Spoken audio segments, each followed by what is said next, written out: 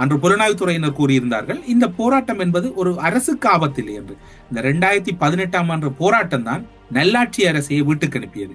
2025 இந்த போராட்டம் தான் இந்த அரசுக்கு என்ன முடிவை எடுக்க போவது என்பதை சொல்ல போகிறது. September 21, September 5, September 21.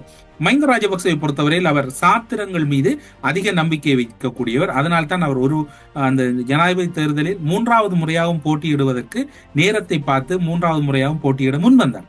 அவருடைய வெற்றி உறுதி என்று அவருடைய ஜோதிடர் கூறிவிட்டார். அவர் சாத்திரம் மீது அதிக நம்பிக்கையுடையவர். அந்த அடிப்படையில் பார்க்கின்ற போது செப்டம்பர் மாதத்திலும் அவர் அதிக நம்பிக்கையோடு இருக்கக்கூடியவர். செப்டம்பர் மாதத்தில் தான் அவருடைய பிறந்த நாள் வரும். அது மட்டுமல்லாது செப்டம்பர் மாதத்தில் தான் அரசுக்கு எதிரான பெரிய எடுப்பிலான அழுத்தம் கொடுக்கக்கூடிய போராட்டங்களை முன்னகர்த்துகின்ற போக்கும் கடந்த காலத்தில் இருந்தது. அந்த வகையில் பார்க்கின்ற போது அவர் 2018 செப்டம்பர் 5 தெரிவு செய்தார்.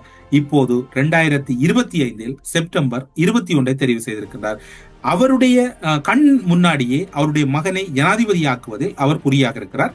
இப்போது ராஜித சேனாரட்ன மூத்த பல அரசியல்வாதிகள், அதுவும் ஐக்கிய தேசிய கட்சியின் அரசியல்வாதிகள், முதல் ராஜித சேனாரட்ன மஹிந்த ராஜபக்சவோடு இருப்பதற்கு முதல் ஐக்கிய தேசிய கட்சியில் இருந்தவர் வஜிர அபேவர்த்தன ஐக்கிய தேசிய கட்சியின் முக்கியஸ்தர், அதே போன்று தலத அத்துக்கோரல ஐக்கிய தேசிய கட்சியினுடைய செயலாளர் என்று ஐக்கிய தேசிய கட்சியை திருடர் என்று கூறினார்கள் SLPP அல்லது பொதுஜன பெரமுனவினர்.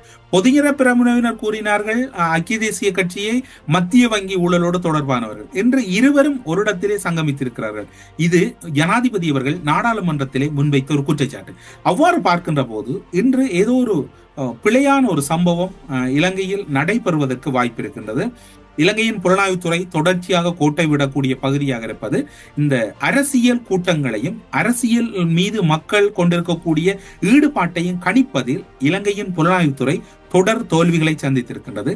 அந்த வகையில் இந்த இன்றைய நுகைகுடை சம்பவமும் அரச புலனாய்வுத்துறையின் அறிக்கை ஒட்டுமொத்தத்திலே பிழையாக இருக்கின்றது. இந்த போராட்டம் மெல்ல மெல்ல துளிர்விட ஆரம்பிக்கப்பட போகிறது. இன்னும் ஒரு சந்தேகம் இருக்கின்றது. கடந்த காலங்களில் ஒரு பரீட்சை மோசடி என்று பார்த்தீர்கள் என்றால் களவாஞ்சிக்குடியிலே பதில் பதிவாளர், நீதிமன்றத்தில் இருக்கக்கூடிய பதில் பதிவாளர் மீது ஒரு குற்றச்சாட்டின் அடிப்படையில் அவர் கைது செய்யப்பட்டிருக்கிறார். அதே போன்று போலியான சட்டத்தரணிகள் என்று மட்டக்களப்பிலே ஒருவர் கைது செய்யப்பட்டிருக்கிறார். இன்னும் ஒருவர் போலியான நடவடிக்கையில் ஈடுபட்டார் என்ற நீதிமன்றத்திலே வழக்காட முடியாமல் தடுத்து வைத்திருக்கின்றார்கள். நீதிச்சபை ஆணைக்குழுவிலிருந்து பல சட்டத்தரணிகள் நீக்கப்பட்டிருக்கிறார்கள். மேல் நீதிமன்ற சட்டத்தரணிகள் எல்லாம். அவ்வாறு இருக்கின்ற போது ஒரு வலுவான சாட்சியம் அல்லது ஆதாரத்தை வைத்திருக்கக்கூடிய நலிந்த ஜேதிச அல்லது இந்த சட்டம் ஒழுங்கு அமைச்சர் அல்லது நீதி அமைச்சர் ஏன் இந்த நாமல் ராஜபக்ச மீது நடவடிக்கை எடுக்க முடியாமல் இருக்கிறது?